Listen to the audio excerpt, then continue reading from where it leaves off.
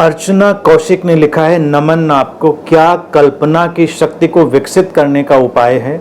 यदि हाँ तो कैसे? अर्चना जी, बेशक कल्पना हमारी एक अंतर्निहित शक्ति है, उसको विकसित किया जा सकता है। हम अपने विचार की शक्ति को विकसित कर सकते हैं। ये सब साधना की प्रक्रियाएं ही हैं। और मूल चीज देखिए क्या है विकसित होने की, आधारभूत फंडामेंटल चीज। बाकी तो इसके बहुत सारे सिलसिलेवार बिंदु बताए जा सकते हैं, लेकिन एक बात बस ध्यान रखिए, जिस किसी भी बात पर आप ध्यान देते हैं वो बढ़ने लगती है। इसीलिए ध्यान का इतना महत्व है, इसीलिए ध्यान की इतनी चाह है। ध्यान की जो क्रेविंग है वो यूं ही नहीं व्यक्ति के अंतर्मन में समा गई है। हर व्यक्ति चाहता है कि उसके ऊपर ध्यान दिया जाए। बच्चे चाहते हैं उनके ऊपर ध्यान दें।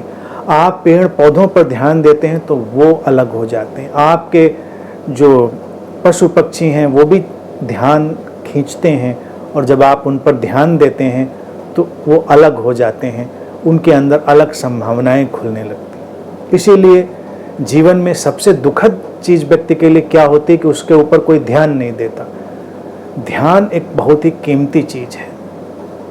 तो अगर हमारे अंदर कल्पना की शक्ति को विकसित करने की कोई प्रक्रिया सक्रिय करनी है, तो पहले अपनी कल्पना की शक्ति पर ध्यान दीजिए कि वो है आपके अंदर, उसका आप उपयोग करते हैं, और फिर उसको सिस्टमेटिकली आप कभी कभी कार्य करते हैं। जैसे कि आप इसको प्रैक्टिकल उपयोग में लाने के लिए देखिए, किसी से आप मिलते हैं, कल्पना को अगर आपको बढ़ाना है तो आप किसी व्यक्ति से मिलकर जब अपने घर लौटिए तो आंख बंद करिए और उस व्यक्ति को विजुअलाइज करिए पंजों से सिर तक।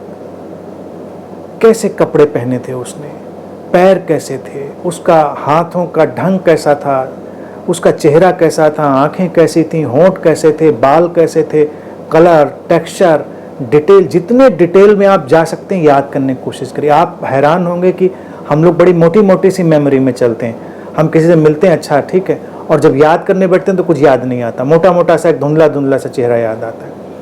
कई लोग तो इस पर इतना नेग्लेक्ट करने के कारण दूर जा चुके होते हैं कि अपने प्रियजन जिनसे वो रोज मिलते हैं, जिनके साथ छत के नीचे ही रहते हैं, अगर उनको भी वो चेहरे के तौर से याद करने की कोशिश करें तो ठीक ठीक चेहरा याद नहीं आएगा उनको तस्वीर याद आ सकती है। अभी अभी कोई सेल्फी देखी हो, उसकी सोशल मीडिया पे कोई फोटो खींची हो मोबाइल से, तो फोटो याद आ जाएगी, लेकिन उसका जो एक्चुअल अलाइव स्ट्रक्चर है वो उनको याद आने में कठिनाई होगी। तो प्रैक्टिस के तौर से आप ये एक प्रैक्टिस डालिए। किसी आप जगह पर गए हैं तो जगह का डिटेल, बैठिए, आंख बंद करिए और उस जगह के डिटेल को अपने अंदर लाइए।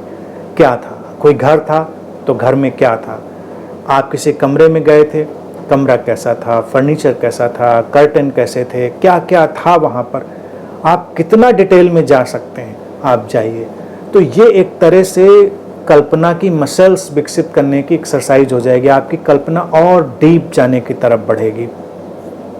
आप अगर आपके पास आपका गार्डन है, आपका लॉन है, तो उसमें जाइए, किसी पेड़ को देखिए, किसी फूल को देखिए, या आपके गमले में ही कोई पौधा लगा है, देखकर लौट आइए, कमरे में बैठिए और फिर आंख बंद करके उसको कल्पना में लाइए, पूरा सजीव करिए कल्पना में। तो देखिए आप कितनी चीज़ों को कल्पना में सजीव कर सकते हैं। जब एक बार ये कल्पना की कला आप सीख जाएंगे कि कल्पना को आप विकसित कर पाते हैं, प्रैक्टिस के साथ ही विकसित हो जाती, तब आप इस कल्पना के शक्ति के और गहरे रहस्यों में प्रवेश कर सकते हैं।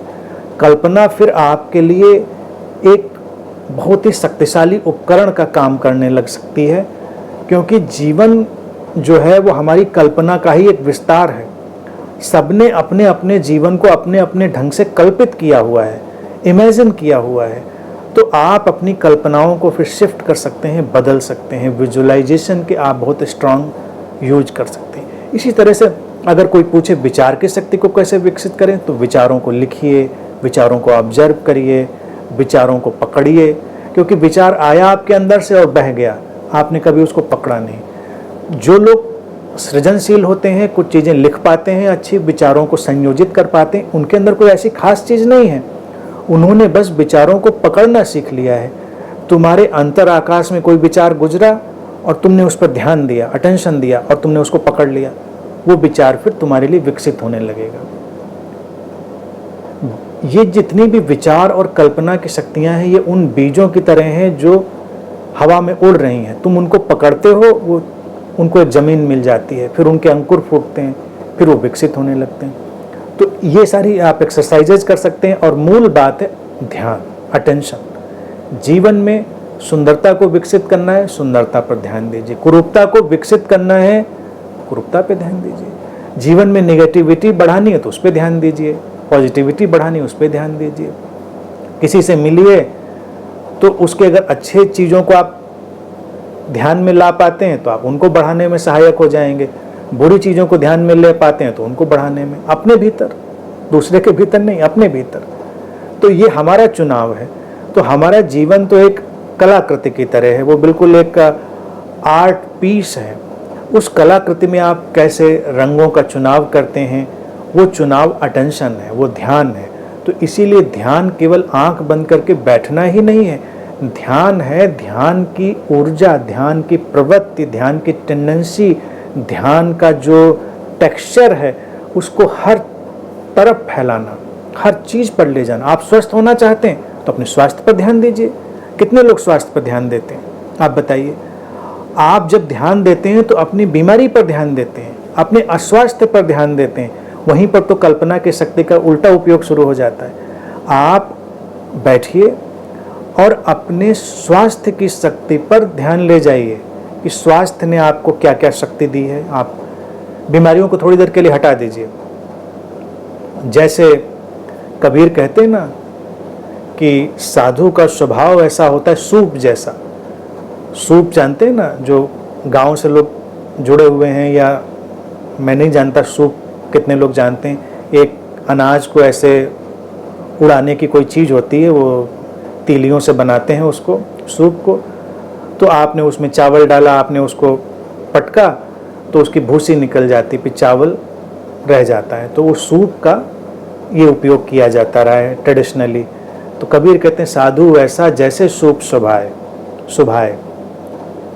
स्वभाव उसका सूप जैसा है। तो आप वैसा बनाइए, आप उसमें से भूसी को अलग करके चावल पर फोकस करिए। लेकिन हम अपने जीवन में तो भूसी पर ही फोकस करते हैं, भूसी पर ही कल्पना का उपयोग करते हैं। अभी देखिए, मान लीजिए इस पैंडेमिक में कल्पना का उपयोग करना है, तो कल्पना में आप अपनी आंतरिक शक्ति पर ध्यान लाइए, आप अपने शरीर की जो क्षमताएं हैं उन पर, इम्यूनिटी पर, तमाम चीज़ों पर। लेकिन आप जितनी भी भयावहता है, जितनी भी नेगेटिविटी, उस पर ही ध्यान ले जाएंगे तो उसमें क्या है, आप कई बार उस कल्पना के शिकार हो जाएंगे। जब आप मुश्किल में पड़ेंगे तो आप वही कर पाएंगे। इसीलिए कल्पना एक बहुत बड़ा उपकरण है, बहुत बड़ी शक्ति है मनुष्य के पास। जब कल्पना की दिशा कोई व्यक्ति मोड़ना सीख लेता है तो अपने जीवन को कोई भी नया आयाम वो दे सकता है और उस पर आप काम कर सकते हैं।